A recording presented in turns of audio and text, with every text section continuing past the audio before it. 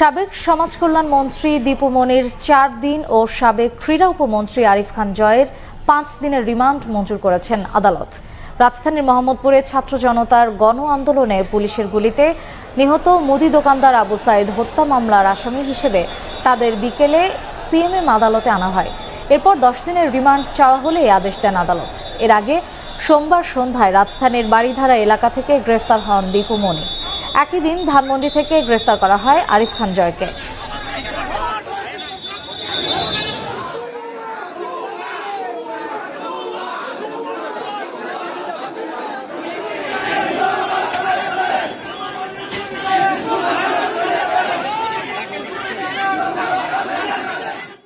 মোহাম্মদপুর থানার মামলা নম্বর ৫/৮/২০২৪।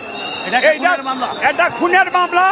এই খুনের মামলায় ৭ জন আসামি, তার মধ্যে আজকে যে 2 আসামি দীপু মনি এবং আরিফ জয়, এরা 2 জন আজকে সাসপেক্টেড রাখেও এদের 10 দিনের জন্য রিমান্ড প্রেয়ার দেওয়া হয়েছে।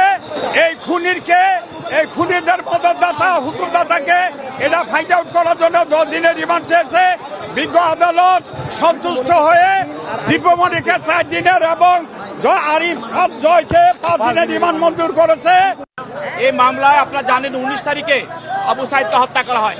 তদন্ত কর্মকর্তার এই আবেদনের প্রেক্ষিতে বিজ্ঞ আদালত মামলার গুণাগুণ তদন্তকারী পিটিশনের গুণাগুণ বিশ্লেষণ করে এবং মামলার গুণাগুণ বিশ্লেষণ করে 1 নম্বর আসামি দীপু মনিকে 4 দিনের রিমান্ড মঞ্জুর করেন এবং আরিফুল ইসলাম জয়কে 5 দিনের রিমান্ড মঞ্জুর করেন।